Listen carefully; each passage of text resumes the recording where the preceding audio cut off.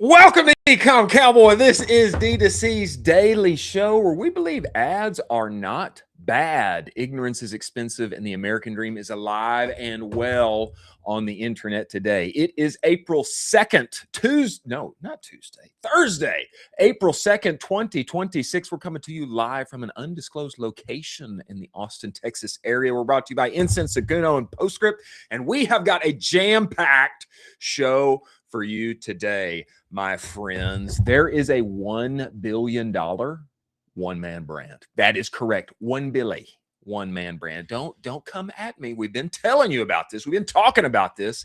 AI-enabled, AI-forward, $1 billion D2C telehealth brand that is crushing. There has been a feature released by the New York Times. We're going to get into it. We've got insider deets, leaked info on Commerce Roundtable. I cannot give away my source, but you know your boy is going to be there, and it's going to be popping. The room is full. There's still a little bit of room, but these deets, you don't want to miss out on them. We have got Andrew Case, co-founder of Moon Brew, now on a new adventure with Surround Sound Labs, joining us today, in addition to Hal Smith from H Street Digital, and Brett Curry of OMG Commerce, the YouTube GOAT, is going to be joining us today. As always, I am joined by my partner in crime, Colin Doherty. Colin, get in here. Get inside this show. Get in here. That's the attitude and the vibes that we need. And you know, the good thing is now I don't know what you're looking at. You know, you could be over here, over there, and you know, it's like keep your friends close and your enemies closer. You know what I'm saying? Chris, we don't know what's coming with you. Chris, you know why I got these shades on? Why you got them on? Because the future of e-commerce is so bright. It's bright. Oh, it's bright. It is bright. Look at that. You got to wear the shades because it is bright, especially with this story that was just released today from the New York Times, but also our good friend Simon Smith covered it as well. This is a $1 billion, ladies and gentlemen, $1 billion D2C telehealth brand. I'm going to read it to you. Do we got a graphic for this, Jack? Let's show the graphic. How AI helped one man and his brother build a $1.8 billion company. What company are we talking about? We're talking about Medvi. Okay, take us back to the tweet that I'm going to read for our good people here. Seriously impressive and informative story of someone who started a telehealth business called Medvi that's doing 1.8 billion in sales. AI, contractors, and just one other employee. What can we learn? Timing matters. He focused on using AI to do GLP-1 telehealth right when AI was getting mature enough and the GLP-1 telehealth market was taking off. Contractors matter. AI can do a lot, but contractors are a big part of this story as well. Medvi uses Care, Validate, and Open Loop Health for telehealth in a box, a media agency for ad buying, and contract account managers for a subset of customers. He works a lot, okay?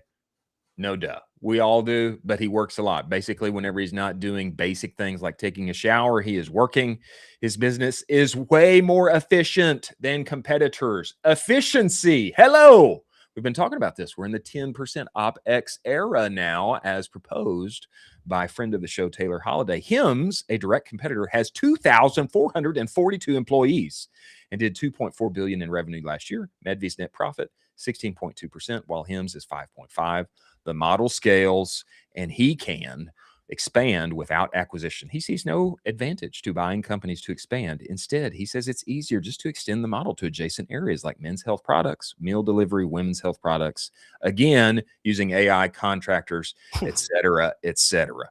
Now, Colin, you found this story, and I'm so glad that you did. Before we get into any more, brother, what do you think about this? I mean, this is incredible. I mean, with a B, 1.8 billion in sales, one-man brand. It's astounding. We started this show and we were talking about the one-man brand specifically, about how the fact that all of these tools are available for the one-man brand to build out an incredible e-commerce D2C business. This is the proof of that concept. This is one guy a couple contractors and his brother who have now built a $1 billion company in shy of a couple months. Pretty substantial. And so I don't want to hear this, oh, we have to hire more. Oh, I can't do it. There's the ceiling to what we can do as a brand. There's a guy who is literally working nonstop, except for when he's sleeping, I think showering and playing with his kids. And he made $1 billion brand, and he's probably going to sell it for a couple B's as well. At least one would think, right? At least. Crazy. He'll probably at least sell it for a couple of B's. You know, really what this is it is a fulfillment of Sam Altman, quite prescient in his quote when he said, Sam Altman, this is actually in the article from the New York Times. Sam Altman, chief executive of OpenAI, predicted the rise of a new breed of super efficient company in 2024. A one-person business worth $1 billion would have been unimaginable without AI, and now it will happen. Well, here we are in April of 2026, and it has happened, okay? And the thing that I love about this is that, brother, they took it straight to the consumer. You know, this is the power of the internet, and it's what I love about what we do in e-commerce is that it promises freedom. Freedom in the sense that you can unbound yourself from the principles or kind of limiting beliefs that are often associated with success from years gone by. You know, decades ago, maybe it's the 1970s, 1980s, you want to make $1 billion. Well, how are you going to do that? You need the right connections. You may need the right background. You may need the right education. These guys took a burgeoning product in the midst of the zeitgeist, used the technological capabilities that were rolling forth, and have now built a $1 billion company themselves. I mean, it's him, it's contractors, it's his brother. And this is the one-man brand. This is it. This is it. So I want to put this out there. Like, don't push back on like, oh, one-man marketing team. No, that's Exactly. that's not happening. Don't push back on, me having a mid seven figures D2C brand that is just myself with some contract help. Like, that's not possible. It's not doable. Don't push back on that. Super viable. Don't push back on 8 figures. Don't push back on it. Why? Because there's somebody who's doing it that's doing 1.8 B's in revenue. Okay. It exists. It is now. If you can harness with the right product, the right tools for the right people, it is possible. It is happening. This is Ecom 4.0. It's the rise of the underdog. It is the era of the one-man brand. That's it. It's the era of the one-man brand. This is Ecom 4.0. If you're saying, hey, I don't know if I can do this, guys, the New York Times just is giving you a story of a guy who's doing it. He's doing it right now. Yes, he is. He's a beast. All you got to do is get to know these tools. Listen to this. Listen to this. This is some of his, this describes our friend here a little bit. What's his name? Mr. Gallagher. What's his name here? Yeah, Matthew Gallagher. Took just 2 months, $20,000 and more than a dozen artificial intelligence tools to get his startup off the ground from his house in Los Angeles. He's 41. Okay, a couple years older than me.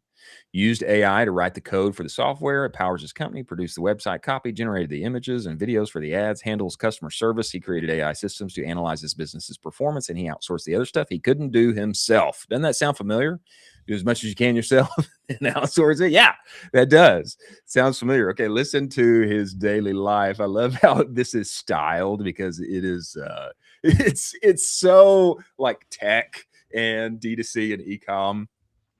On a recent afternoon at the Soho House Club in Los Angeles, Mr. Gallagher, sporting unkempt curly hair, flex, very Zuck-like, okay, a baggy t-shirt and tattoos on his arms and hands, said the last 18 months had been a whirlwind. He works on Medvi from his house, basically anytime he's not showering, sleeping, or spending time with his 2 children. He said during a 2-hour convo, he even made an AI clone of his voice to help manage his personal life, using it to call and schedule appointments so he would have more time to work. Not everyone can build such an AI-enabled company, though many may try. Mr. Gallagher is suited to the moment because he knows marketing and how to use cutting-edge edge AI, said Kobe Fuller, an investor at the venture capital firm Upfront Ventures, who has advised him. Those folks that have those skills, it's kind of like their superpower. Underscore. It is kind of like their superpower. This is the moment. This is the now. If you are an operator, if you're a marketer, this is it. People are looking for the Superman marketer. That's what it is. And 100%. founder stories like this, incredible. It's the rise of the underdog. I mean, think about Medvi versus Hims. That is incredible. 2,000 employees versus one. I mean, it's mind-boggling. Yeah, they have a metric for tech, which is revenue per employee. And if you compare both of them to revenue output per employee headcount, it's unbelievable. I have known of and been involved in companies in the past where, we were sitting at, call it just under 10 million per employee. I felt great about that. Nobody's touching this. Nobody's touching this. Nobody's touching this. Yeah, maybe not for 6 months. Maybe there will be another one that will rise. Yeah. But 18 months, nearly 2 billion in sales. Wow. That's fantastic. Incredible. Huge. Okay, next story here that we should cover before our first guest comes, and who we have coming is the one and only Andrew Case. But before they come, we have gotten some insider info on Commerce Roundtable, ladies and gentlemen, and I don't want to give away my sources, okay? I don't want to give away my sources. I don't want Shaq to get mad at me, but we've got some info here that I think the good people of D2C and ecom should know. And I will say I am a little biased here. Okay. I want you to have this info. Why? Because Colin and I are going to be there. Right, Colin? Let's go. Colin's going to be here. He's going to be rooming with me. He's going to bet. He's going to bed up, not bed up, but anyway, he'll bunk same up. Bed. It'll be fine. No, same bed. Maybe. But to keep it, bring us back, Jack. Bring us back. But I want everybody to know this, to know the kind of room that is going to be gathered there at Commerce Roundtable. I think it could be the best event in all of D2C and e-commerce for the entire year. It could. I mean, even more than San Diego version. Okay. I am biased. Central Texas, love it. Here for it. Born and bred. Also, we are going to have a little gathering, a little dinner there, and we're going to be going super lives. We could be live for 3 to 4 hours at the event. I mean, it's very possible. Chris, you're underselling the dinner. We had that dinner posted a week ago, and it sold out within 48 hours, basically. I am underselling that. Yeah, it's basically it's full. It's full. It is. We can't hear it. If you want to come in, we can't get you in. I'm sorry. It's full. But maybe we can make it bigger. I don't know. We got to talk about that. But yeah, so we're going to be going super live. I want everybody to get in on that. I'll just say, also, when we were scaling Bruce Bolt like a madman, I was quickly hitting new levels and having new problems that I had no clue how to figure out. And I know everybody listening to my voice, I know that you don't know what you're doing either. I know that you don't. I know that you don't. I know you're questions. Making, we'll say it. But let's be real. You don't know what you're doing. You're doing the best that you can, and you're smart. I know, but you don't really know what you're doing. And so you get together at events like this, you get help. I did. We were one of the fastest growing stores on Shopify, and I needed help. I remember talking with Nick specifically. Hey, brother, I don't know what to do with this. I need your help. We're going to this amount of revenue inside of this year, and I got new problems. Anyway, that's what this thing is built for. And this info, I think, is going to help you realize this is where you need to be. Okay, give us our first one, Jack.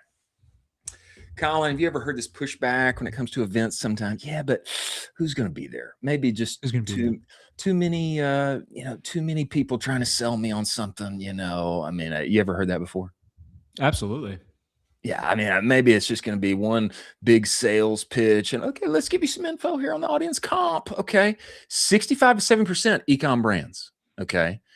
20 to 25% agency services. And this show is very pro agency and services. Okay. 10 to 15% SaaS tech partners. This show's very pro SaaS tech and partners.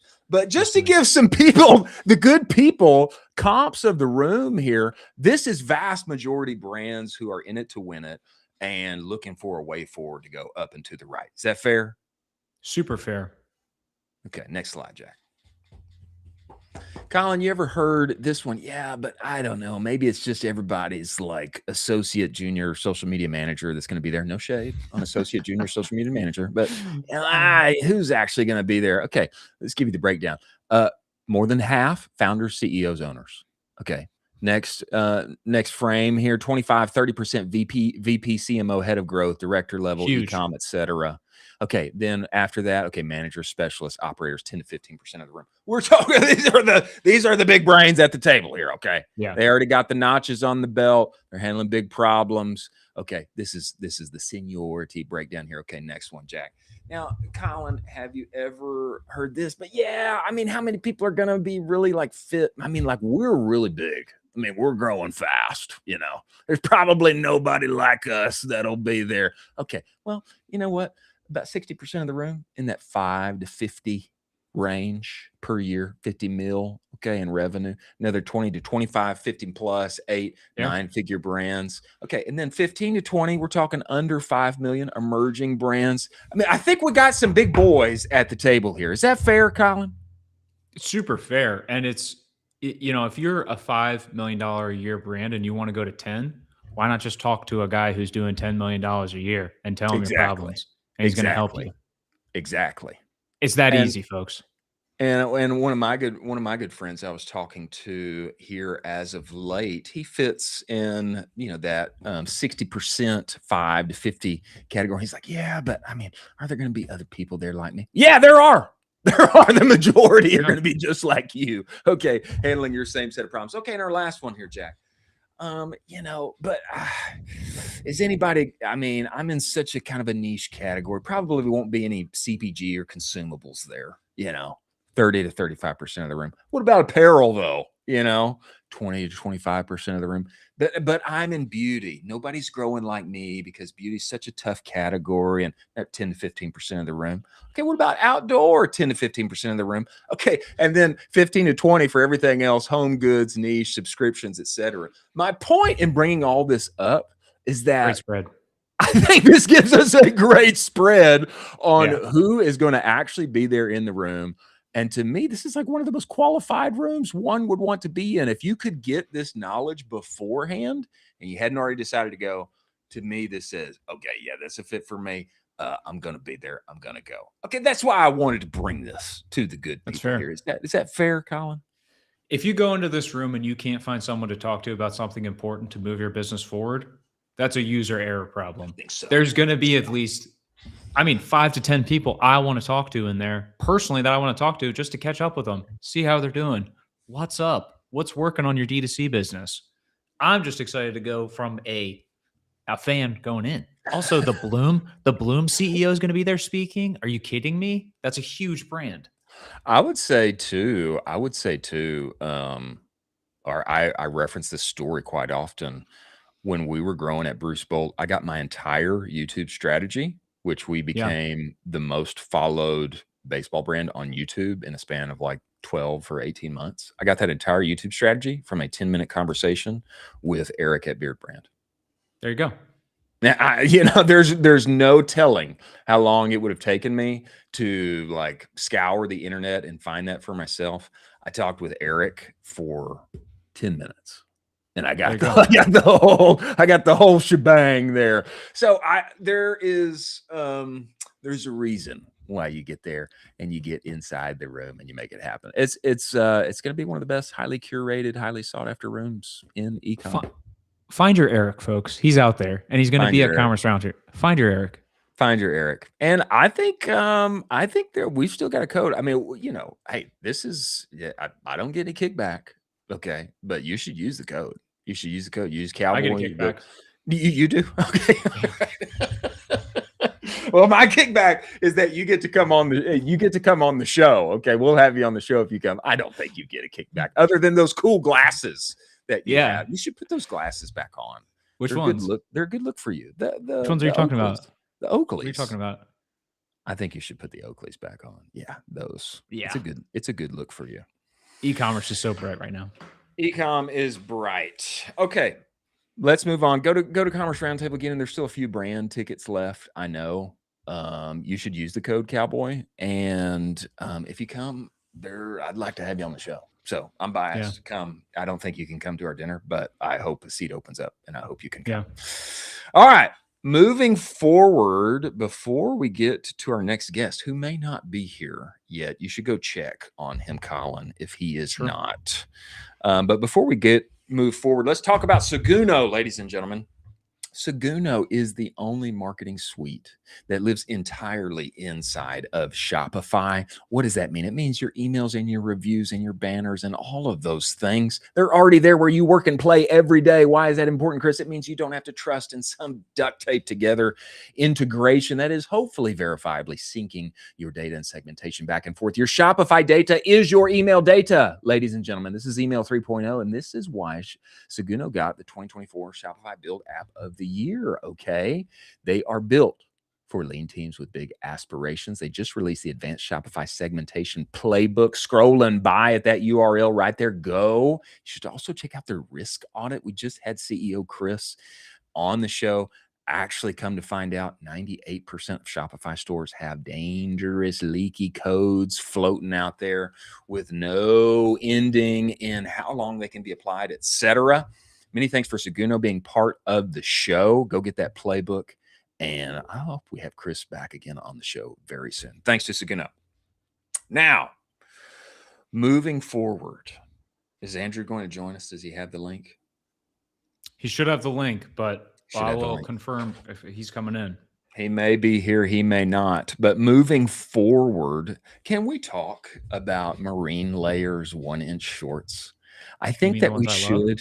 I think that we should, because look at these things. Okay, I know. I think this was an April Fool's Day, but look at how much leg is showing on these Marine Layer 1-inch shorts. And I wanted to call this out because I know that there were a lot of people that actually like these, including you.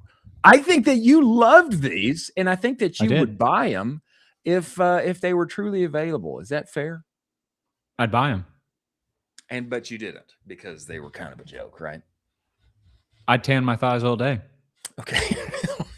My point in bringing this up is that, there were a lot of April Fool's Day jokes to be had out there. You can bring us back, Jack. But unfortunately, sometimes brands release their best ideas on April Fool's Day, just like Bunch of Crunch did with their movie popcorn dispenser.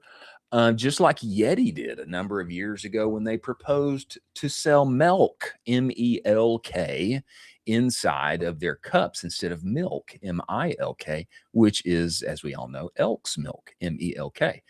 A lot of these ideas go to the moon, but, unfortunately, we got the rug pulled on us, and it's not actual. I think that these 1-inch shorts, there's a lot of buyers out there. I'm not going to, but I think you would. Yeah, there's a great take from yesterday where a lot of companies are using April Fools as a place to beta test ideas to see if there's actually viability and traction that they can have for that idea, to then say, oh, by the way, you love that, we're actually going to be making it. So there's a lot of companies out there that are kind of just teasing as an April Fool's joke. Hey, what do you think about this idea? What do you think about this concept? And then if it gets enough traction and if it gets enough movement, they might actually make it into a real thing.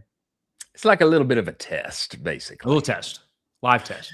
Yeah, I almost like the idea of just actually releasing something. Off the wall. And I think Olipop did this. They released a new flavor yesterday, something having to do with peaches. I don't think it was too off the wall, but I kind of like the idea of actually releasing something and giving people something to buy. It's not bad. Testing the waters. And if there's enough demand, you actually make it. More than I think about that, I do like that idea, but I'm kind of over. I'm over the fake April Fools. What? I at least want people to take this route where, hey, if people actually like it, we're gonna make the thing. Yeah, it's just so played out at this point. Like, we've seen this so much at this point where it's like, all right, what's going to be the fake thing from this person? Got it. Haha. I got yesterday. I got got. You did get got too. Yeah, I got. And I almost got by the Marine Layer 1-inch shorts. I did. I almost got, but They're not a thing. But I there got should be. got by the Ravens reporting, so it's fine. I thought we What, were what getting a was couple players. what was the Ravens reporting? It was like, oh, we're releasing Marlon Humphrey, we're releasing Roquan Smith, we're getting Stephon Diggs, like all these things, and I was like, oh, is this real? No, No, April Fools. it's not. April Fools. Another goated apparel find here that I think everybody should know about. Okay. Did you know that the United States government is in the D2C game? They are. And I am specifically referring to the Postal Service. Did you know that there is a USPS official Postal Service cape? Did you know? I did not. Gas. Before discovering this, O.W. Root, who makes the little silk scarves that you put around your neck, he is a D2C founder himself, discovered this USPS cape. Our mailman was wearing it yesterday. Then he went to find it online. The Postal Rain Cape, officially licensed vendor, free shipping on all orders, easy returns, largest in-stock selection, comes in at a mere $128. I would kind of call that premium, but it is a unique find. And, this is just weird enough that I think that this could actually work. I think that I could see people, specifically Gen Z people. I think that I could see Gen Z people and kind of niche art nouveau, whatever people wearing this cape and it being like a great find and a desired thing to have. I think that there should be more of this kind of merch in very old, like established companies and government branches that one can buy, because I think that people would love to have this cape. Do you disagree? I love it. I need to see a Yeezy post office cape collab ASAP or a Nike post office collab ASAP. I mean, that would absolutely crush. I don't know why that hasn't been done before. A little Yeezy and post office collab would be very interesting. That would break the internet. Yeah, maybe you'd have to be in favor with whatever administration is in power. I don't know, but I think that a postman cape would go pretty hard. And I think with the right celebrity behind it, I think it would get bought up like crazy. The postman cape. There's like a whole shtick on Seinfeld about the cape, and the man who wears the cape. But anyway, I digress. I think the cape would hit hard, especially the USPS. Oh yeah. Cape. Yeah, somebody should explore this. Absurdity equals virality. Okay, third story of the day. Higgsfield, which I am a big fan of. They don't sponsor the show, but I use it every day. Can we play this, Jack? I think that we should play this video. The punchline is Seed Dance is now available on Higgsfield at great discount. This was the complaint before, was that Seed Dance, you got to get it outside the US, but it's really expensive, and that's a problem. Now it is available on Higgsfield at significant discount. Hit the sound for us, Jack. Oh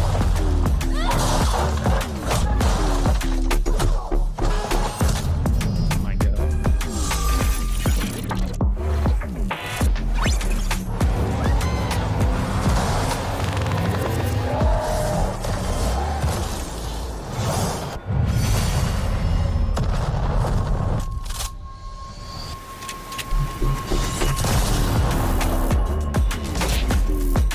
Golly. Oh, he is right. Okay. I mean, are you blown away? If I'm an animator at Pixar, I am throwing up right now because that is bananas. It is bananas.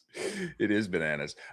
Whenever it comes to AI generated what, I know there's a lot of tools out there. I always just use Higgsfield personally in my own work because it amalgamates all of them together. I was actually talking with Brett Curry about this yesterday in terms of where do I go to? Where's the easiest place? Where can I find it all and get everything at a lower rate? Higgsfield is the go-to option for me. And now Seed Dance is there. I have yet to create something with Seed Dance myself, but I want to. I mean, I want to, now that you see those action scenes and what. I mean, it's incredible what is available now versus just 6 months ago, versus a year ago.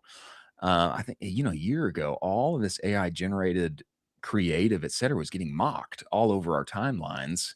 And now stuff like this is available. Now, I will say on the seed dance part, technically, if your email is in the United States or Japan, that's a no-go. You cannot use it. But one would think with VPNs and other ways to surf the web that you could find a way in there and figure out how to use it. So this intrigues me. I want to try it. I think, we should make some Commerce Roundtable thing. I think that we should make a Commerce Roundtable action-packed thing. I don't know if we have Jimmy and Shaq fight each other or what we do. Maybe we should make it cowboy themed, huh? I think that would be interesting. But I think this is a big unlock for all of us involved in ad creative. We know there's, this looks like AI, et cetera. But there's also, if you're on the face of it, it's like, yes, this is AI and it's entertaining and it's enjoyable to watch like Fruit Island has been. Then I think there's a large audience to effectively communicate your message, surprise and delight, and bring people further down your funnel. Is that fair, Colin? Absolutely. If you can build a workflow for repeatable content for your brand that's actually entertaining and make it in, a similar, the same style every single day, start to introduce similar characters every single day, actually make it entertaining, make it bite-sized little clips, 30 seconds to 60-second little clips. You can create a really great story for your brand and actually make it high quality. Chris, you were saying like people were making fun of this 6 months ago. I don't think anybody's making fun of what we just watched. That's No. unbelievable. That's like that's in video games there's a generation called Unreal Engine, which basically does all of the video game graphics. It's extremely close to Unreal Engine. It's unbelievable the quality of that.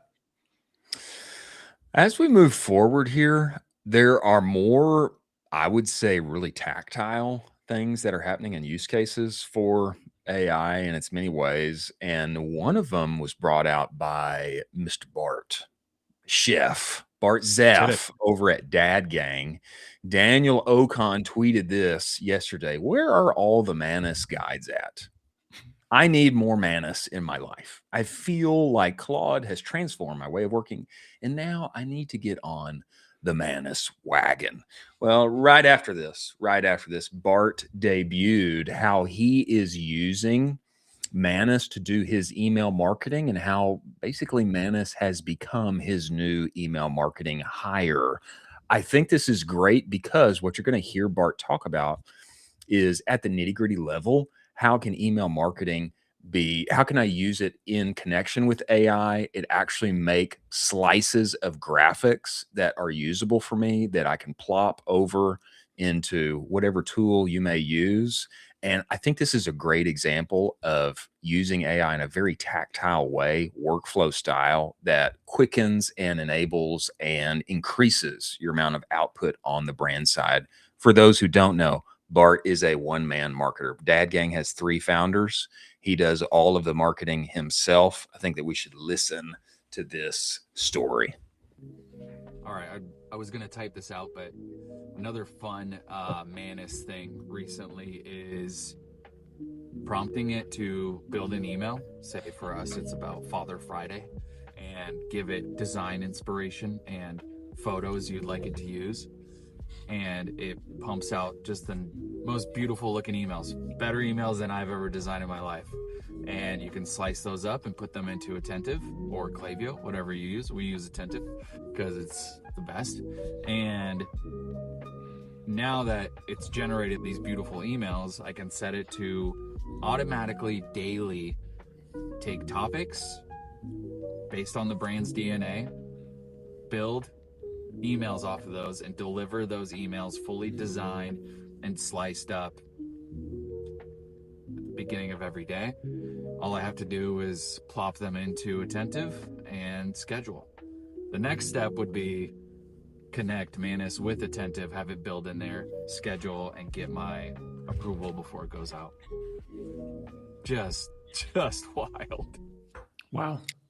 So I think the great thing about the next step that he described there on getting your creative inside of your tool of choice, that's totally doable.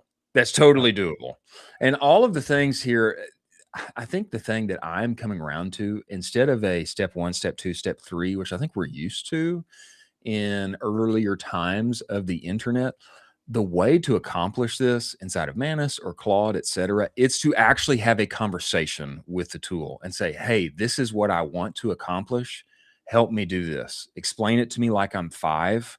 Explain it to me like I'm a golden retriever. What do I do next? I want you to come up with great ideas for my brand.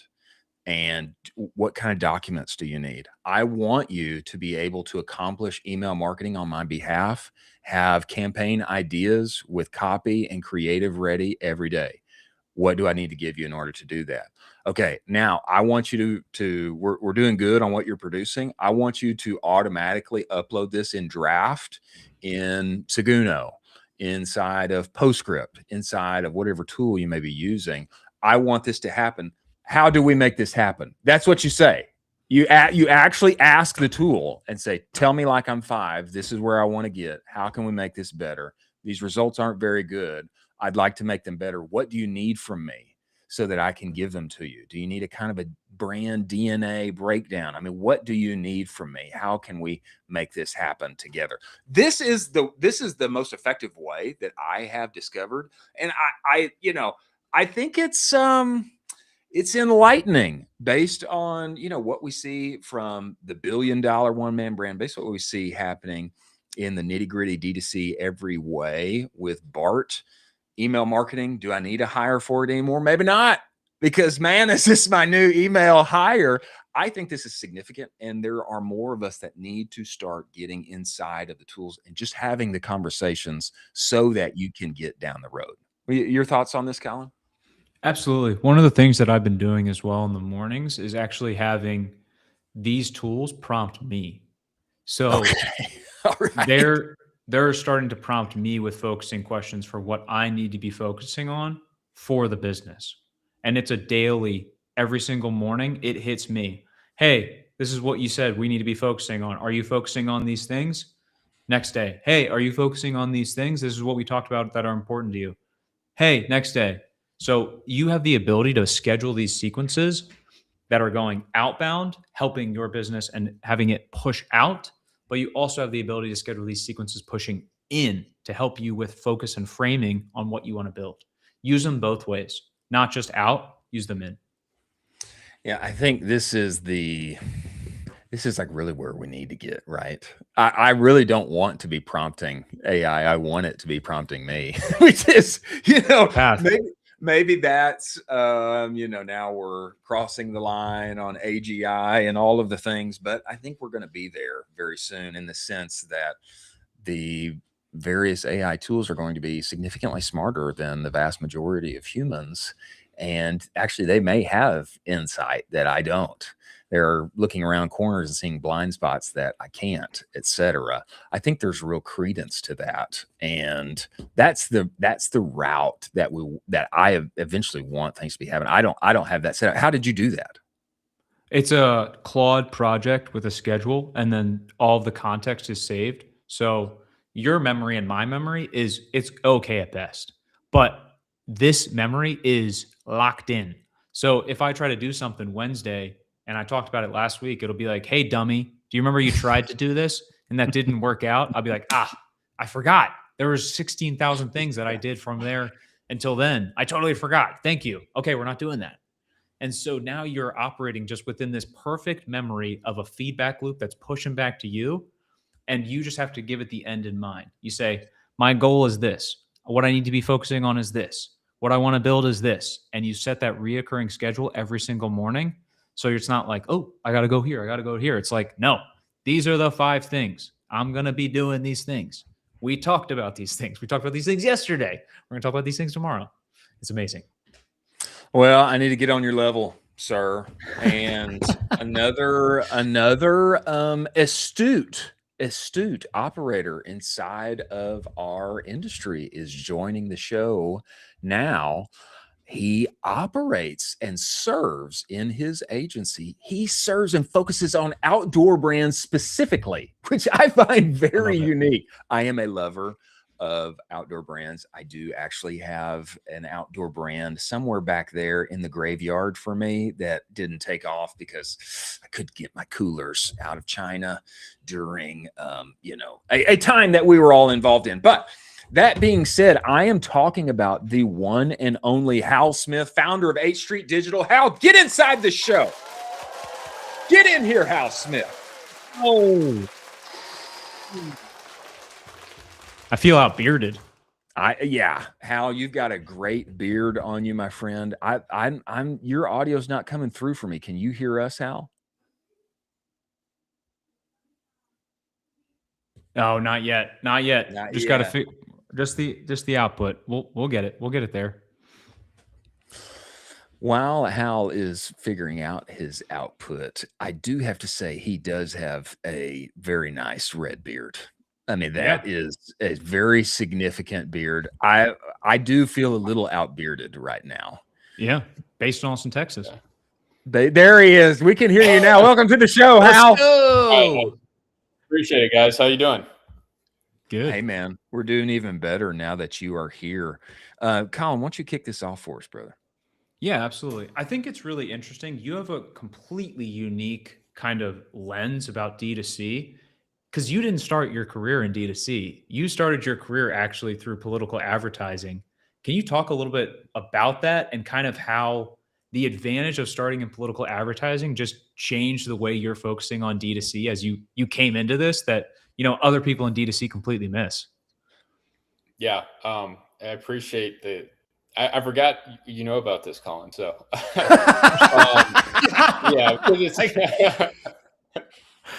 so it's a little bit of an interesting background in political advertising. So let's just forget about which side I worked on, and I'll just tell you. Forget about it. Yeah, everybody. But yeah, within a year getting out of college, I worked on a presidential campaign, and the team I was working on, the focus was what's called grassroots online fundraising. And a couple of key things that happened there. So one, it's hardcore performance marketing, right? You're basically convincing someone to donate $50 to $100 off of a Facebook ad. Yeah. The second thing is it's a presidential campaign, which means in that cycle is about 250 million ad spend in 1 year, right? The next cycle after that, it was $1 billion in 1 year. Okay. So, or at least one cycle, which is basically about 2 years. Okay. So your budgets are massive. Yeah. I mean, me personally, at one point I was trying to spend about $6 million in about, I think it was 11 hours. Brother, are you serious, man? Yeah. Dead serious. Yeah. Golly. So you can imagine, and then the third thing is the type of media buying that we were doing. So that media buying at that time, some people have done this before in other contexts, but what we did is this kind of high volume testing. So I would be running tens of thousands of ads at a time, and you can imagine if you're spending a couple $100K an hour, you're learning super fast, right? Because you can just launch these tests. And you can create these huge kind of matrices in what you're testing across audiences, formats, different. And then here is different voter groups and different messaging that might get them to donate at higher levels. And so I was exposed to this. I didn't know that this was something that was really unique. And it wasn't me that was coming up with this. It was the guy who's the director of advertising. But I worked for him and I learned this model. And then after that, I ended up doing this for a couple other kind of Fortune 100 brands. And then I, kind of get into D2C eventually. And I'm like, wait a second, this model is something that no one else is really doing. And I would say it's changed a lot recently because of just how Meta works with Andromeda, with Gem, because a lot of that now is just kind of automated on the back end and just how the machine learning works.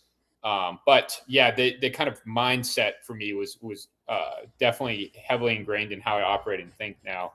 And it's all just test and learn, right? Fundamentally. So just much bigger scale. So Hal, I'm blown away by that. I'm blown away by that because that level of scale that you guys were deploying ads at and budget at is insane. And this is out of college. Out of college. Yeah. It's a great point that you bring up that this is hardcore performance marketing. Yep.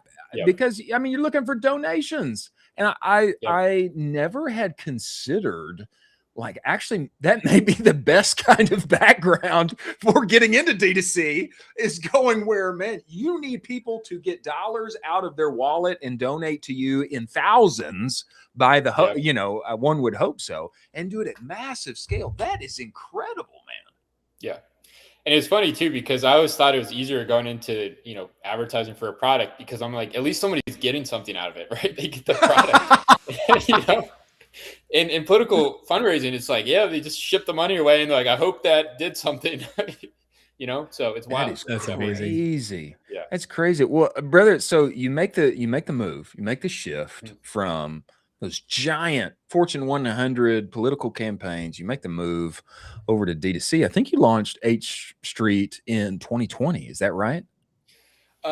Yes and no. I launched it in 2020, but that was basically me consulting. I actually was doing consulting with some political groups. But then I kind of shut it down a little bit and then relaunched it in 2022 with that focus on D2C. Yeah. Tell me about your focus on outdoor brands specifically. I do have a unfortunately dead outdoor brand in my history. I had a cooler that would hold ice 23% longer than Yeti, and it was going to be made in America and all. Anyway, but tell me about this focus, because I find it unique. I don't know anybody else in our space who is intently, specifically focused on outdoor brands. Why? What's the advantage with that kind of focus? Yeah. So a couple of reasons.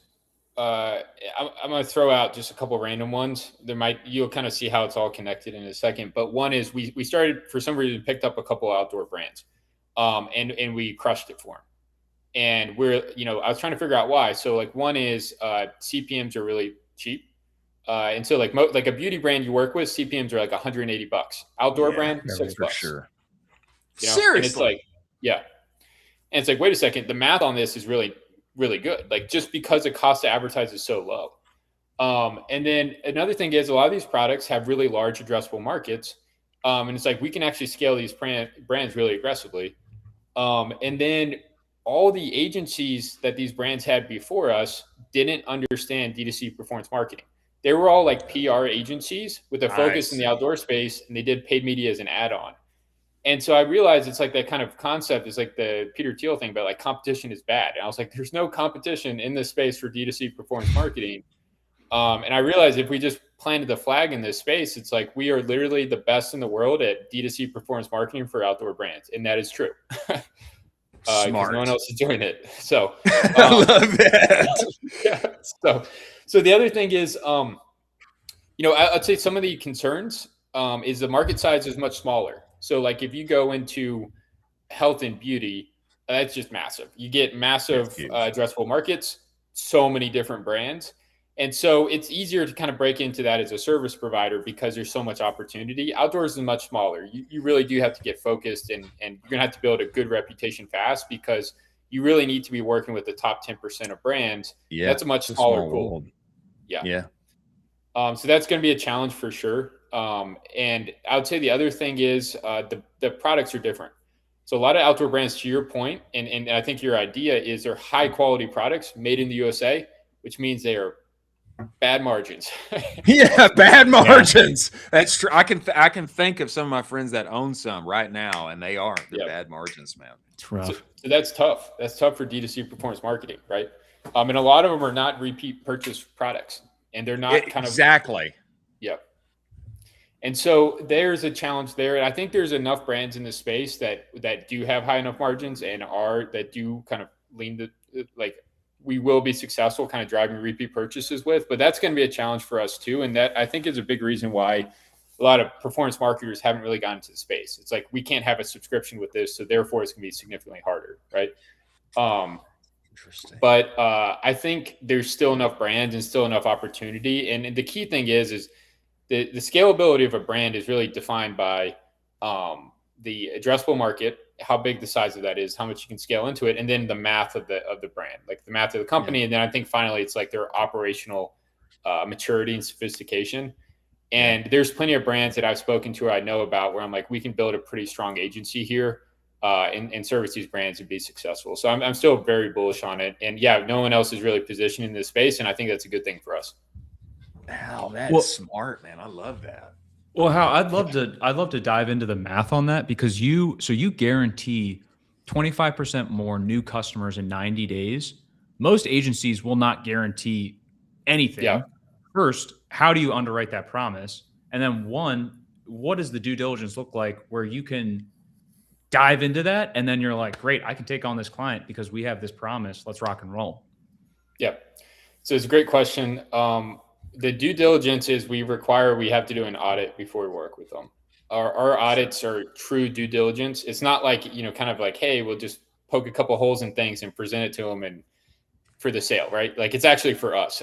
And so and we're looking at a lot of different pieces of how they operate. And we get access to all their ad platforms, their Shopify, Google Analytics, anything else that we think is going to be helpful there. But we have a very methodical way of kind of going through each piece of the business and being like, how healthy are they truly? How successful have they been in the past, et cetera. And so coming out of that audit, I have like basically 80 to 90% confidence if we can hit our guarantee. And then, it's just a matter of the client wanting to work with us. And then once we start working with them, if we're able to kind of move across, we present like a 90-day plan. And really what we're trying to do there, and I should have started with this, but when we do the audit, we look at like 5 key, what I call performance levers. We look at their offer strategy. We look at their creative. We look at their media buying setup, like in ad platforms. We look at their conversion rates on different landing pages and overall just kind of traffic quality on their pages. And then we look at how their pixels are set up and how they do reporting. That's our audit, and that's what we call our performance levers. When we figure out some big kind of gaps or key constraints in each of those areas, we then will put that into this 90-day sprint where we try to solve for that as quickly and as aggressively as possible.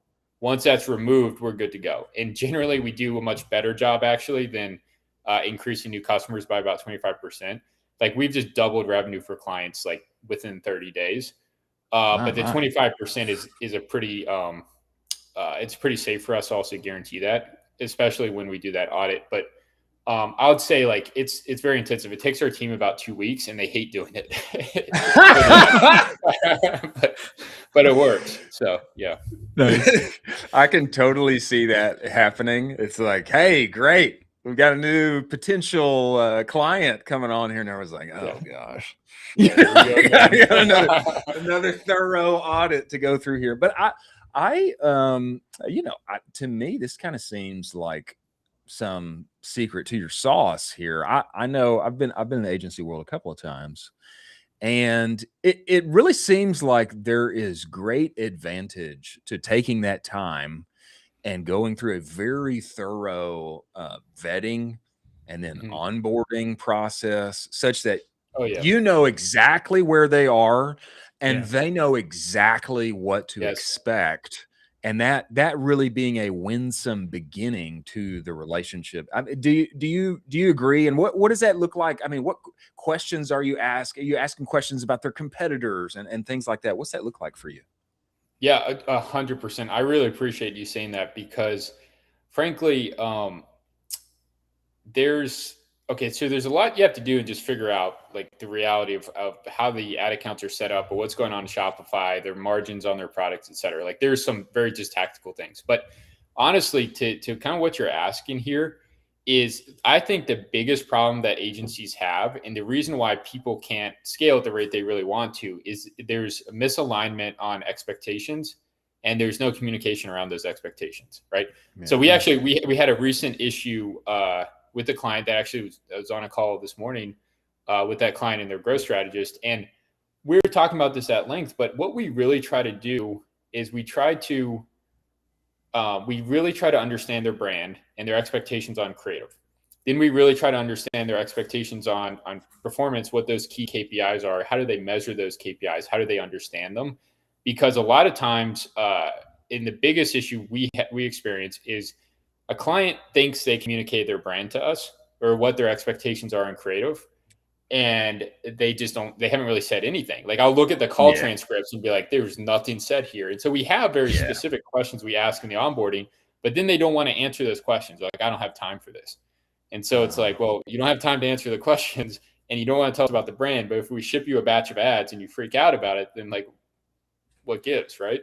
Right. But that happens in lots of different areas, especially on KPIs, right? Like it's, a client might say, we're looking at this triple attribution, triple whale metric, and we think that's really important, and that's all we care about. And we're here just purely looking at Shopify revenue, right?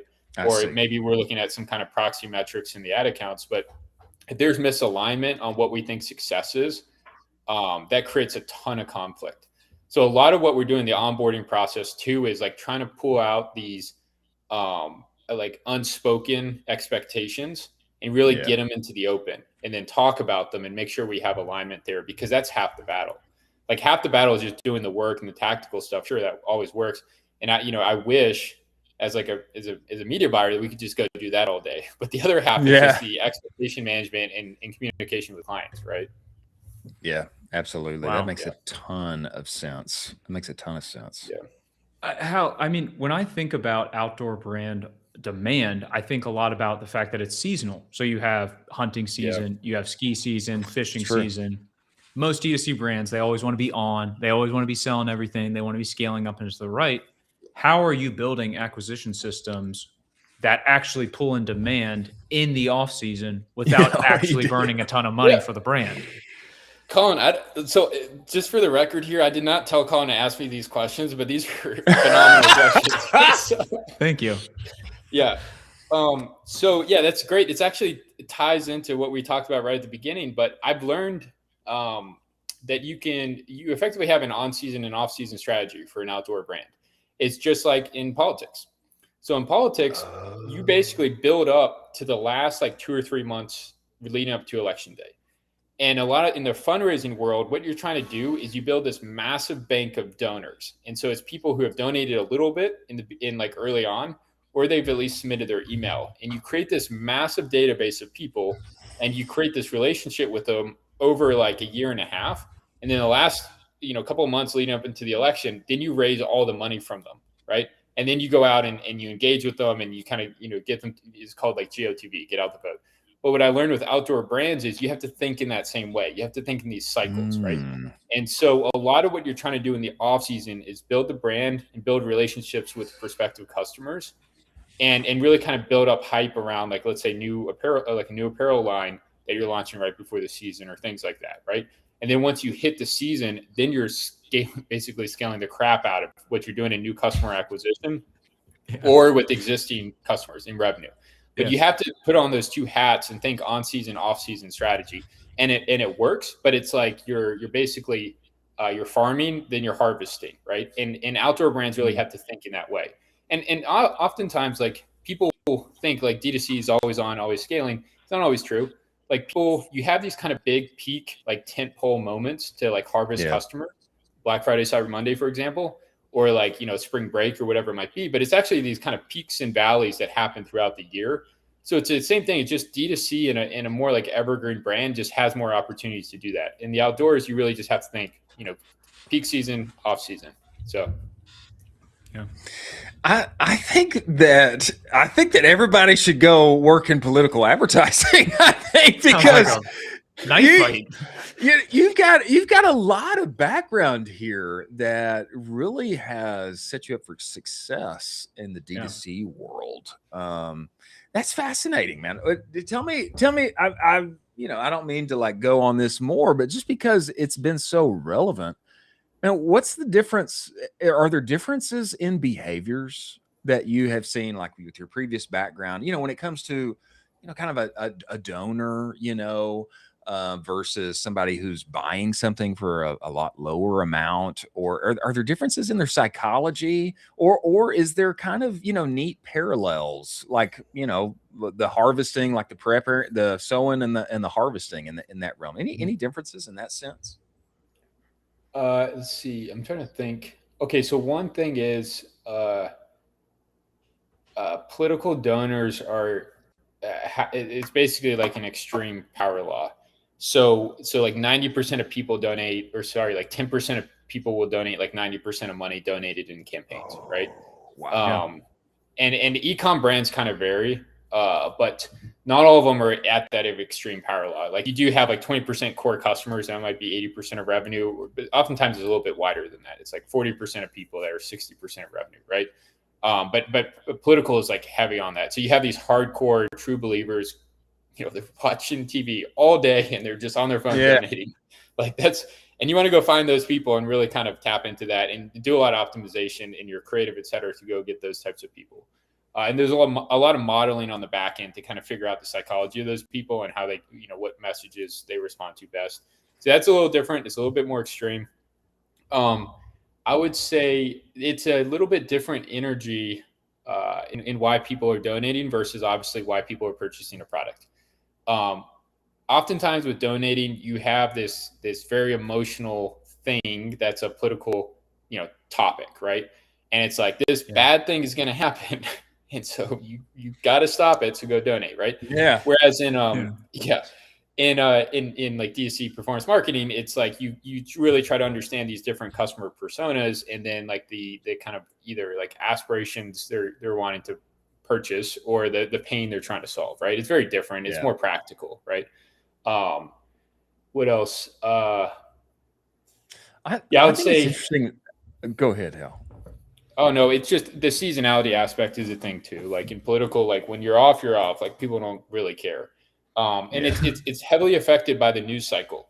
So like the news cycle will ramp stuff up, right? And then all of a sudden people get more jacked up. And then it all kind of dies off because they'll kind of switch gear. The news cycle will switch gears. And it's not about the elections as much. So that drives a big effect on behavior.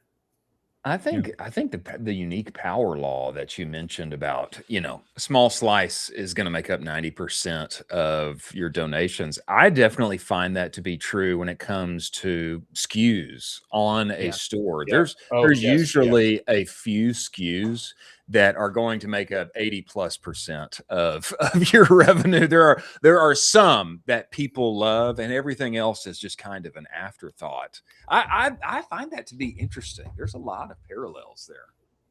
Yeah. Yeah. I mean, go for it. Oh no, I would say one thing that has been a consistent theme that I'm really trying to figure out all the time is like, what are like kind of power law situations or what are like normal distribution situations, right? Interesting. And you find that very frequently with like, it's either like your core customers or it's like a SKU that really is driving most of your revenue. But those happen in lots of different areas. Ads, right? Ads are always kind of operating in power laws. So you have that one killer ad that just takes all the spend and drives all the performance, right? So yeah, it's true.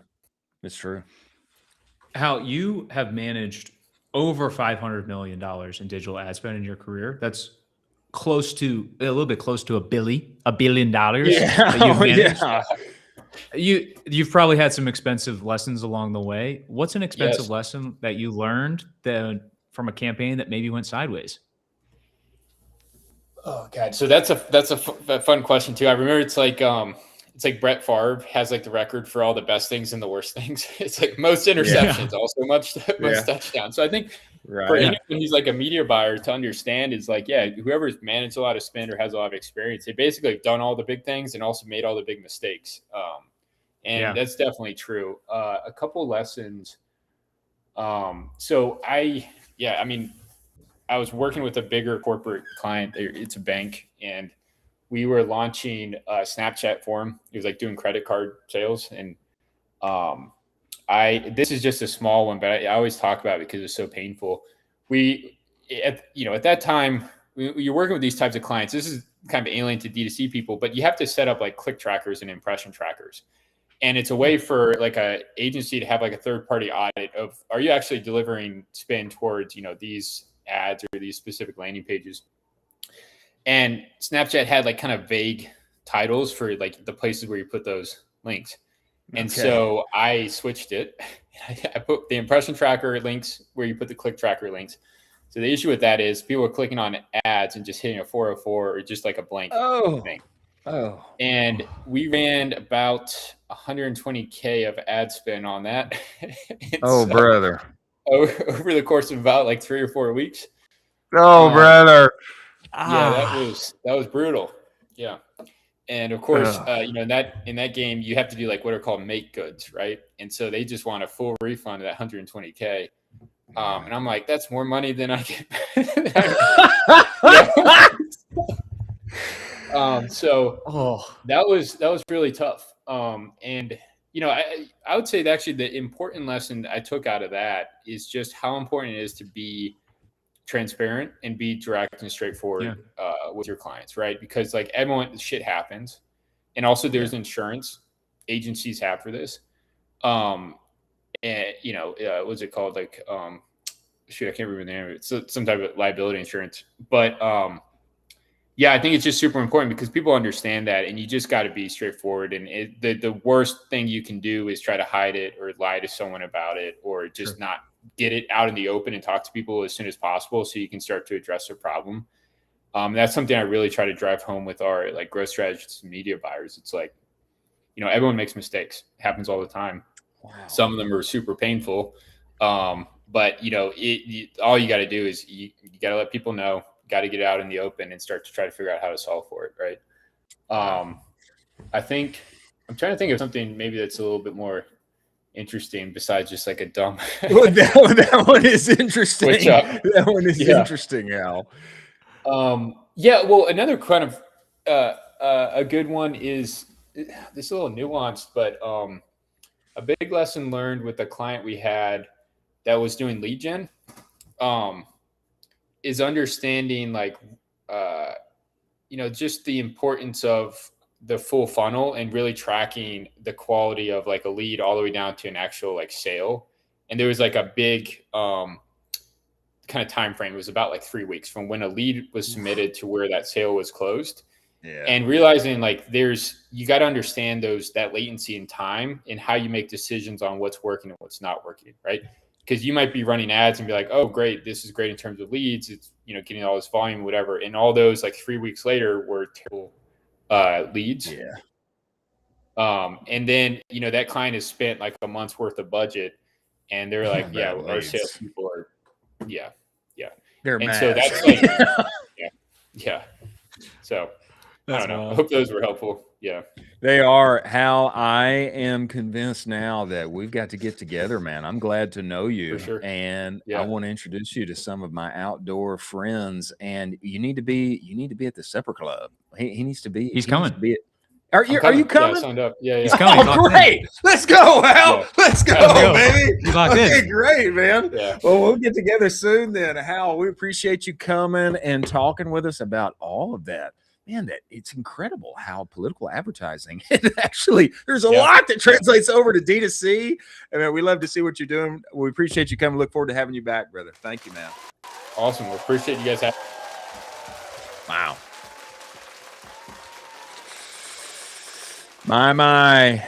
Well, right on the back side here, we have another OG knower of ball inside our space. But before he comes, we should talk about PostScript. Ladies and gentlemen, focus is an amazing thing, is it not? Yes, it is. When one obsesses over one thing, you get outsized results. And that's why when people make the switch to PostScript, they see a plus 22% increase in revenue on average. Now, I didn't see that. I saw a whole lot more than that. We went from making very little money at all on SMS to being a top 1% account on their entire platform. And the secret is I just did what they said. Okay. And there is a new opportunity to put profit in your pocket. If you go to the conversational report at directtoconsumer.co/the conversational report, you'll see how much money is being left on the table inside your brand right now when people text you and you leave them on red, or even worse, you send them an autoresponder that they should send you an email. What PostScript is doing with their AI shopper is truly groundbreaking, and it allows you to have conversations at scale that actually convert and put profit into your pocket. Go to talk to them, tell them Colin and I sent you. Many thanks for PostScript being part of the show. Now, we have the CEO and co-founder of OMG Commerce coming in here. He is an OG inside of our space. OG. Top 3% spender when it comes to YouTube. I think of him as Mr. YouTube because he's hosting events all over the country where Google and YouTube show up, and they got big fancy stages, and it is awesome. I'm talking about the one and only Brett Curry. Brett, get in here. Get in here, Brett. Man, Look at that. oh, man. Woo! Get in here, big boy. That was my Ooh. favorite introduction that I've ever had. All right. Physical Let's stages. go. Like, I need you to come to all of my live events. Oh, we're going You to do be it, bro. hype man. We're going to do it, bro. We're going to That's be there amazing. hyping Let's it do and it. live streaming and all of the things, brother. We appreciate you Dude. making the time and coming in here, man. Well, hey, when you get called into what is arguably the hottest show in e-commerce, you do it. It's You like said it. this is prime time. This is prime time. Let's go. You know, I think I'm going to clip that, Brett, and I'm Yeah. going to use it on our new Use it. intro Use it. that's about to debut. I Mhm. think that one has to be included. Okay, I would love to start here, Brett, because you are Mr. YouTube. Let me just tell you some of my musings, and then I want you to make the case for us. I think that Absolutely. YouTube is still incredibly under leveraged It is. in the ecom D2C world, in the Shopify ecosystem, you could say, at least. And I confess I am one of the under leveragers. I have yet to really utilize all the capabilities there. And just tell us, for those who aren't spending there today, for those who have yet to foray into that whole space, brother, why is YouTube so under leveraged? Why is it incredible? And why should we be allocating more dollars there right now in 2026? It's a great question. You framed that well. And yeah, you mentioned I speak all over the country about YouTube. I'm going to be in Nashville next week speaking at an event. We do events at the Google YouTube offices. I always start by saying, like, how many people here are actively advertising and growing on YouTube? And it's usually like 10% of the audience. Seriously, man. Maybe 15, like if we do an event at YouTube, then maybe it's like 20 or something, but it's still the vast majority are not. And so why is that? Why are brands not advertising on YouTube? One, it means I've got a lot of work to do. Apparently, I'm as motivating as I am, I'm not doing a good enough job. People are not taking the plunge just yet. But I really think it's ultimately that the platform is a bit complex. It's complex in terms of it's kind of different the way people engage with YouTube than other social platforms, right? You got kind of like 4 distinct modes that a user is engaged in across YouTube, right? So there's streaming. In fact, just last night, my kids and I we were hanging out. We were watching YouTube on TV. I got served some ads for like skincare for men in their 40s. All right. I think it was for skincare for men in their 50s, and I was offended because I'm mid-40s. But anyway, but the ad experience was great. So there's streaming. We're watching YouTube on TV. It's like half of all YouTube views or more are on TV screens. Crazy. There's a little bit of shopping going on, right? So we are researching products. When I went to buy a new truck, a 4x4 several years ago, I went deep on watching like some 4x4 videos and channels on YouTube. It was tremendously fun for me. Yeah. I ended up with a Toyota Tundra, very happy with the purchase, but Let's go.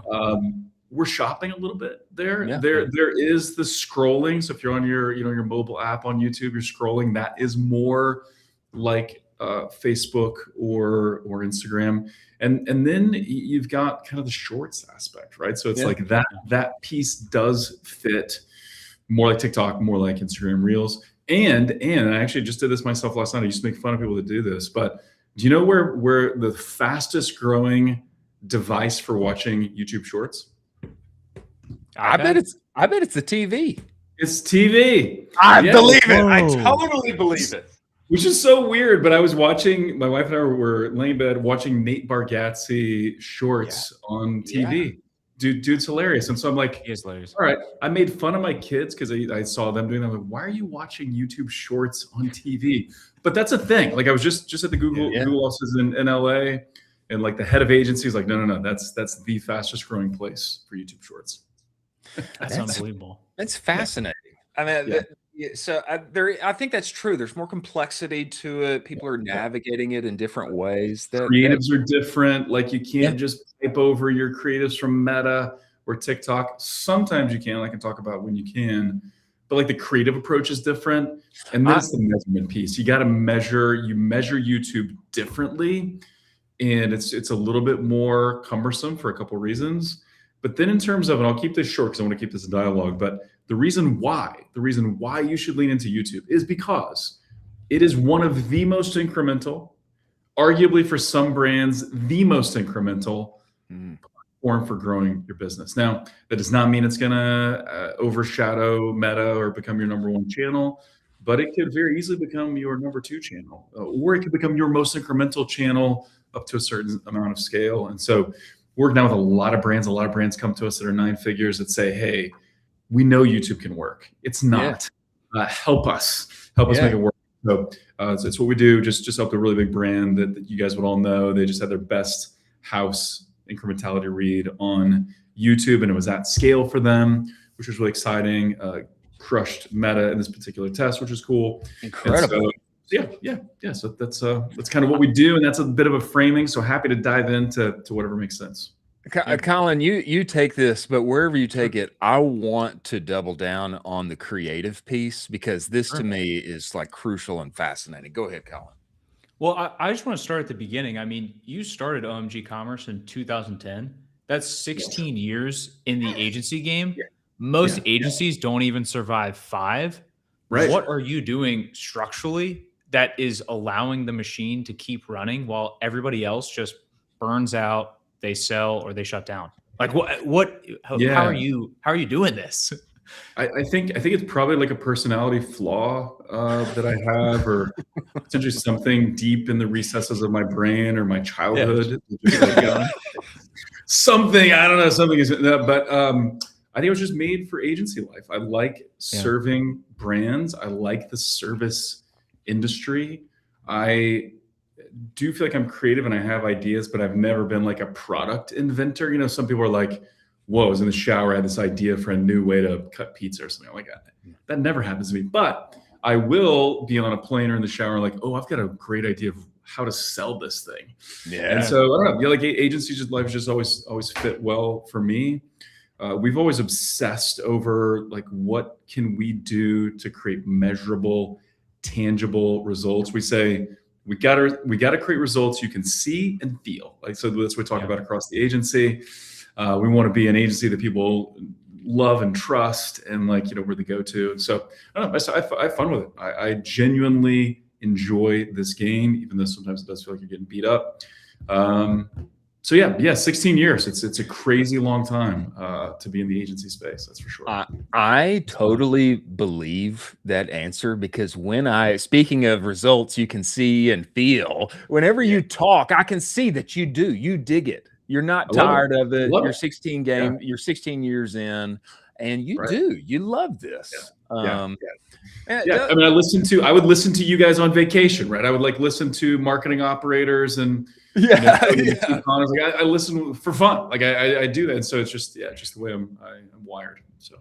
And get more into the creative piece of this. I know that, at least for myself and a lot of our other D2C brethren and sistren, whatever the word is, it's everybody's meta coded. At least I can speak for myself. Totally. How does ad creative work differently on YouTube? I know a lot of my friends have said, yeah, let's test it a little bit. We just kind of throw something up there and it didn't work that great. You know, talk to me about the creative process and making content that performs on YouTube. What's that look like? How's it different? What's the components? Yeah, it's a great question. So I'm a big believer, you start where you can and you build an MVP, and that's true with creative as well. So like, what can we build that's still fit for YouTube, but that's a bit of an MVP that we can learn with, we can test with, and then we can go bigger from there. So as we do a lot of these events, we partner with Raindrop Creative Shop out of San Diego, Jacques Spitzer, he's my boy. Yeah, we do a lot of things together. Phenomenal. Like, I think there's nobody better in the game for building great winning. Their ads run on across all platforms, but they're great at YouTube. And so we first collaborated working on native. So we were part of Native's ascension when they were like 100 million a year. Did over $1 billion in 24. Crazy. Crazy. So like we collaborated. That's when I really got to know Jacques Spitzer and crew. But now we do events together and stuff like that. So I think there's a point in time, like, you're going native big, you need like a Raindrop video or something like that. YouTube will handle, and YouTube even in some ways wants higher production value, but you do not have to start there. And in fact, I think depending on how clear you are on what's going to work on YouTube, it's probably not the best place to start. So MVP, what are we doing? Well, this is where we say, hey, let's take the best of what you have, across Meta, across TikTok, across other channels. Hopefully get some B-roll and some other things. Yeah. But it's not going to work just like it is right now. You got to modify it. And so a few of the ways to think about YouTube. YouTube does function a little more like a TV ad. If you had to make a comparison, a one-to-one comparison, what is YouTube like? It is a little more like direct response TV than it is purely like a TikTok or a Meta ad. Now, with the exception being Shorts. Shorts functions very similarly with a couple nuances that I'll share in a minute. But you can take those components and then pull them into an ad format where it does feel a little more like TV. So what do I mean by that? Well, I mean, you've got to have a good hook, right? People are forced to watch the first 5 seconds. Which is great.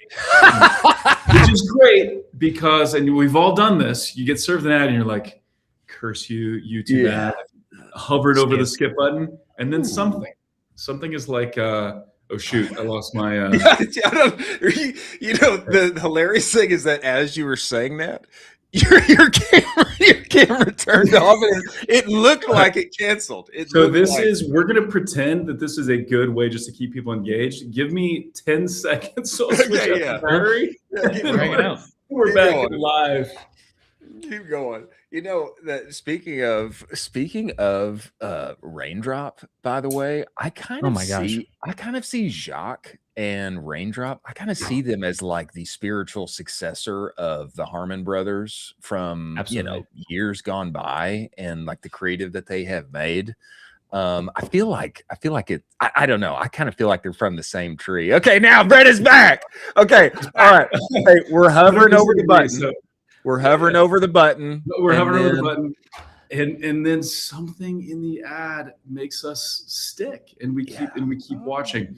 And this is something, and I totally agree that Raindrop is kind of like in the spirit animal of Harmon Brothers, I would argue, and so it was better.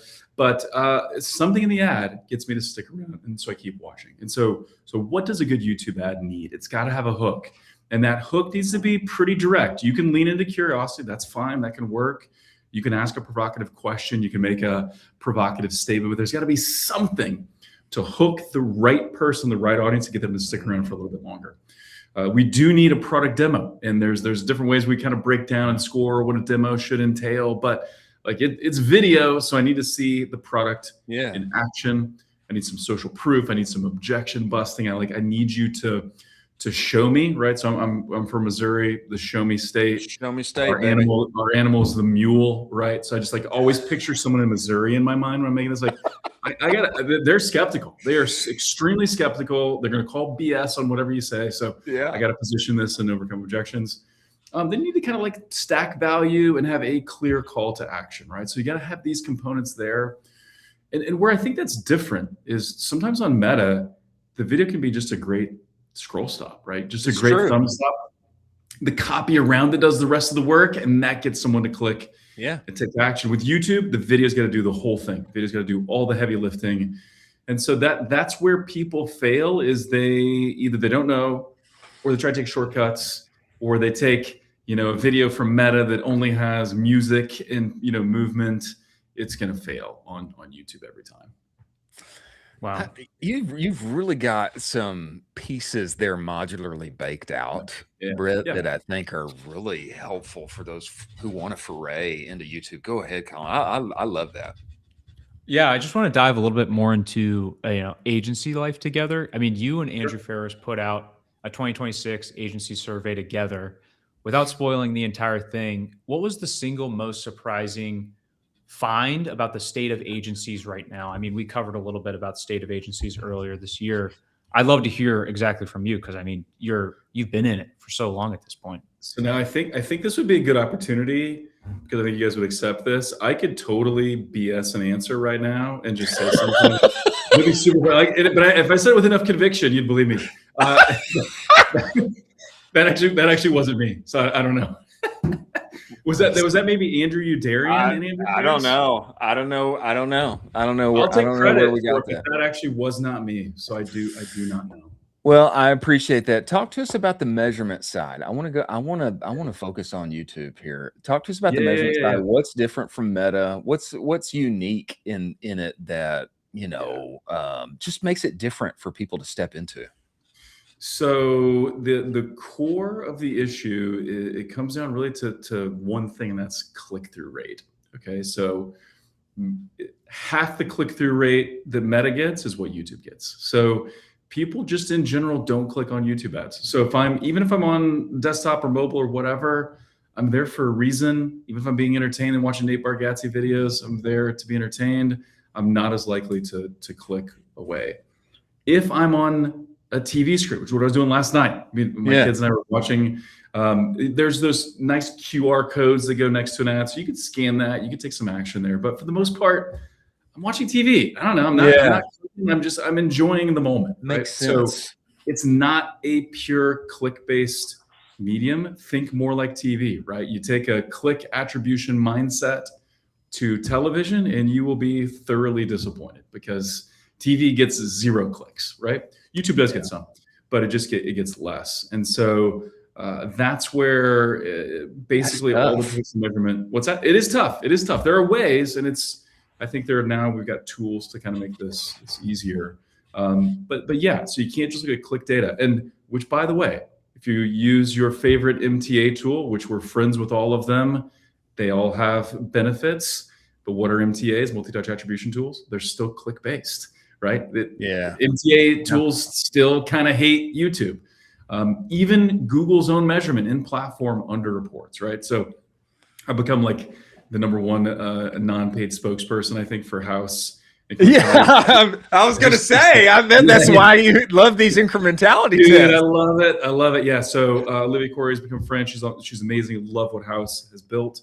But they did a study. It's maybe a year old now or something like that. But it's 190 YouTube incrementality studies. For those that don't know, it's basically like geo holdouts. We're looking at, these are our test geos where we're running YouTube, as in this example. These are our holdout geos where we're not running YouTube. And now we're going to scientifically measure the distance. So what it is designed to get to the bottom of is, what did this ad actually do for me? Because a lot of people are like, hey, what if I just turned off? What if I turned off Meta? What would happen? Well, usually what would happen is your business is going to go way, way down. So Meta is incremental.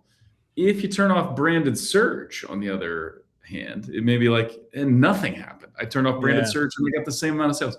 Not super incremental. So the question is, how incremental is YouTube? Well, what the study found, again, 190 tests, so with like 74 brands like AG1 and Ridge Wallets and things like that, is they found that YouTube is 3.42x more incremental than what you see in platform. Meaning, wow, you see one ROAS in platform, that actually is probably more like a 3.42x ROAS. So YouTube is under reporting in their own platform to the tune of about 70%. That's crazy. That's unbelievable. Yeah, no, it's almost like, wow, I thought Google was really good at measuring. And they are, but still you got to think about, like, what's the core of Google Ads? What's the core of even like old school Google Analytics? It's all click-based, right? It's all a click-based world.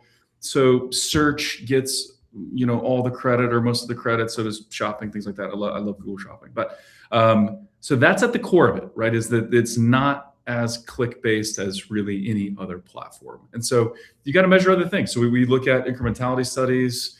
We look at things like branded search lift, and Google's getting better at creating tools there where you can see, hey, people that saw this ad were more likely to search for my brand or search for my brand for the first time, things like that. You can look at conversion lift, which is kind of like Google's version of incrementality that you can measure on the platform. So Google's getting better. They're adding more tools. But yeah, it's kind of a combination of direct sales, which you'll get some, but it just won't be as impressive as like Meta. Looking at search lift, because that's often the next thing. I see this ad, I'm interested, I don't take action, I'm going to search later. Then we look at things like conversion lift, incrementality studies, we look at post-purchase surveys, and then we're also looking at like kind of cross-channel lift. So when I increase spend on YouTube, does that drive more sales to Amazon? It should. Does it drive more sales to retail? And if I'm using like an MMM tool, like a Prescient or something, it's kind of measuring those correlations as well. So you really got to like triangulate YouTube from multiple angles. Wow. Two more things here, Brett, and you cannot leave without touching on this. We appreciate you making the time and coming. And I am so bullish, as we have talked about before, on social commerce, live selling, etc. Yes. You know, I wonder if there could be a real future for YouTube in this kind of way of just more social commerce forward, more live selling. I also wonder if brands that are adept at making organic content, maybe they're already making content on YouTube, maybe they inherently perform better when it comes to, hey, let's really get serious about advertising. You think, I mean, do any of those make sense? Do you think they play out? Are they here? Are they to come when it comes to the platform? 100% makes sense. I think you're onto something here. I think there's a little bit of nuance there. Live shopping, big fan. I think it's going to increase. Exactly how YouTube plays into that, I'm not sure, but it should be positioned well, right? Like we spend a lot of time on YouTube, so I think that makes a ton of sense. We've worked on the organic piece. I think if you've got the skill set, the desire, the team, which now AI can help you with scripting and editing and all sorts of things. If you can create some organic content and start churning that flywheel, I highly recommend it.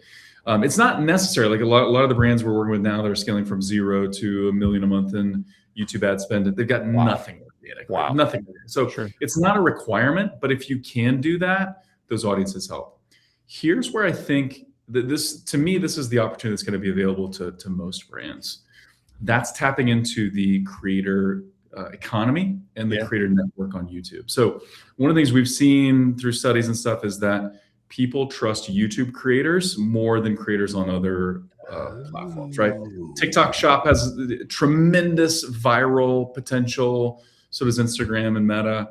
But a lot of times those are like algorithmic, right? I click and buy from somebody, but I never really followed them. I just saw their content, right? On YouTube, we have our favorite creators, and we have creators that we watch regularly. And when they say something, we trust it. And so now Google's making it easier and easier. I just got invited to an event in New York about a week ago where they're showcasing, here's how you can, as an advertiser, find creators who are already talking about your brand, how you can connect with them and start doing deals. So the platform is kind of still in its infancy. We've been testing it for a number of clients. But I think that's going to be like the thing that's going to be available to most brands, where you can tap into good creators, use even clips of their organic content, run those as ads. Now you've got all this baked in credibility, trust factor, all that, and you can use that to grow your brand. That's a match made in heaven. Wow. It is. That's some sauce right there. That's sauce, Brett. Man, we appreciate you coming on the show and making it. And brother, we look forward to following you around the country, stumping as you are for the good of YouTube and e-com brands everywhere. Keep fighting the good fight. And we got to do an event together. We'll do it, man. Let's get Ecom Cowboy to the next OMG event. We're going to do it. We're going to do it, brother. We appreciate you coming. Look forward to having you back, man. Thanks, guys. Appreciate it. See ya.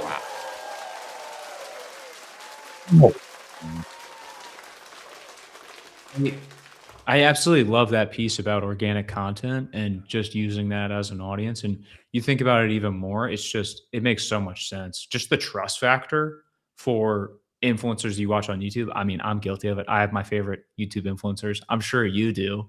And you just trust them so much more. You watch their videos all the time. Yeah, absolutely. I mean, if Beard meets food, if he is recommending like some restaurant or whatever, I want to eat there. I do. I want to eat there. It's like, Let me go, let me visit, let me purchase, let me book a flight, board a train, etc. I think it makes sense why YouTube is still under leveraged, because you have to triangulate, measurement, which totally makes sense why Brett is loving those incrementality tests out of house. I mean, that totally makes all the sense in the world. But finding that kind of key metric, hey, YouTube, Google is underreporting success here. by like 3.14x, whatever it was. I mean, that is gold. Unbelievable. That's That's gold. crazy. That's gold. YouTube should talk about that more. They should. They should. And you know, I know they're having Brett talk about it more, which they should, and it serves them well. Yeah. Well, look forward to attending an OMG Commerce event here very soon. I'm down. Go to the YouTube and Google offices, wherever they may be. Before we wrap things up here, let's talk about incense. Ladies and gentlemen, don't we all want better ads? Yes, we do. We certainly do. And we'd love to have a human involved in the process, creators that are good at what they do. But the process is so disjointed. Manually negotiating usage rights, finding those creators, etc. That is why Incense exists. It is the all-in-one UGC and influencer marketing platform that actually makes creative scalable. In one platform, okay, you get vetted creator marketplace, automated influencer outreach, built-in campaign management, and you get creative in as little as 14 days, okay? This is so much better than just finding a random TikTok and hoping that it works out for you and changes the trajectory of your business. This is real relationships with real creators that can actually make your creative scalable. Go to the UGC Playbook 2.0 at the link below. Grab that from Incense. It's going to tell you why the era of Andromeda is a good thing and why employing modular UGC is the way forward. Many thanks for Incense being part of the show. As we wrap here, Sir Colin, I would just like to say I need some help. I'm bringing this to our community at large. You know that I have secretly and slowly been working on a brand for some time. It's been Tinkering. It's been incubating. It's been tinkering. It's there. It's in my gut, you know. And I've got product, but it's product I'm not happy with. I'm not happy with it. And there is one more guy that I trust that I can go to, and we're going to figure it out, but he's away for like 3 weeks. And anyway, what I'm saying is that I need a manufacturer, okay? Apparel, okay?